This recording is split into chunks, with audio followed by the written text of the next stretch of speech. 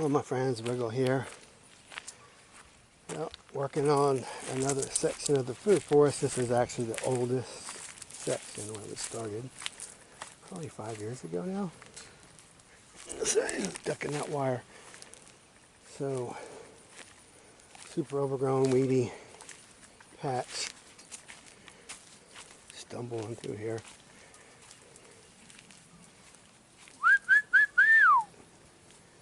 We can't even get in there and harvest our fruit and stuff.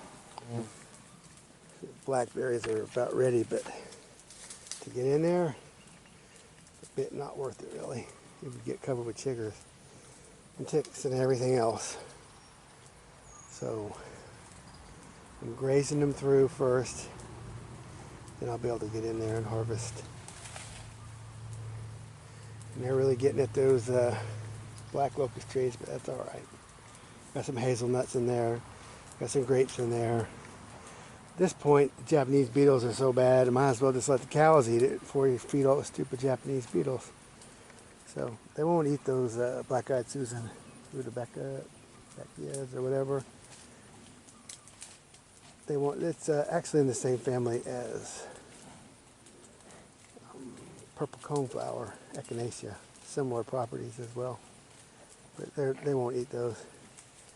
And I've already known from the other spot they won't eat the blackberries. So this, quite the jungle. I have had them in this section over here, but I have not had them in here. And I was going to do this by hand, but it's just out of hand. So now they'll strip this mulberry every bit of it they can get.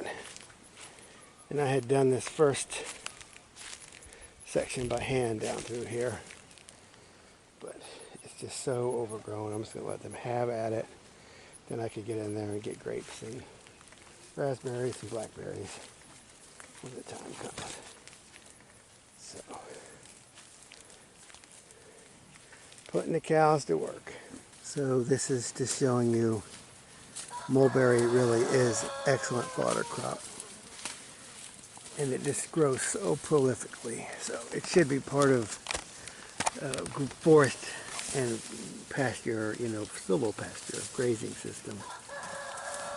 Cows just relish it, and it is, I think it's even better than alfalfa. It's in at least the same range as alfalfa, pure alfalfa, as far as protein content and just nutrition levels. It's excellent, excellent fodder. I'm going to actually work on growing more of it when I get the time to actually start developing into some forest pasture systems. And I'll put the mulberries on contour in a swale, or a little hill, so we're holding the valleys, just holding the water just uphill of the hill. And that will make sure to get our young trees very well watered. And you put a number of things in there. Black locust, mulberry. If I can get enough pears, they really love pears. Probably best of all. But I haven't figured out a way to really get a number of pears. It's easy to propagate mulberry. And black locust is fairly easy too. Mulberry is among the easiest. And then you can just, this tree is like maybe 3 years old, 4 years old. I don't even think it's 4. I think it's about 3 years old. But we'll say 4, and look at it. I mean, and I already cut all the big branches off of it last year. It just turns into this giant bush. I think the key would be to coppice it. Cut it down maybe just a couple of feet off the ground and just let it bush out like this. That way the cows come through and just go to town on the foliage. And you could probably graze it 3 or 4 times a year. Have that in combination with grass. See the shade and the depth of the roots, the permanence of the mulberry tree actually helps the grass grow around it. Unless you keep it thinned out so it won't choke everything. But you see you get pretty good growth underneath it and around it. So you're going to be seeing a lot more mulberries. And unfortunately the birds really get to them quickly. But then they leave your blackberries and blueberries and strawberries alone more. kind of a sacrifice crop, and you can't get to that high stuff very easy anyway. But if you keep it small, let it go to fruit, make sure you keep 2-year-old wood so it'll have berries. None of this has berries because this all grew this year. This is all this year's growth. I had completely cut it back. So, and there's another one over there. So, as far as just green matter, I don't think you'd be able to really beat a cow chowing down on that lamb's quarter. I don't think you'd be able to beat mulberry and black locust. I don't care what kind of grass you have. Even though I think dock and comfrey are really good, I actually really like chickweed for the cooler months.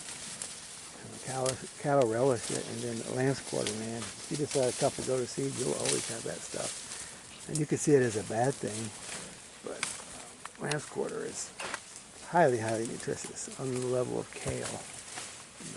One of the most edible, nutritious greens on all the good green earth. So,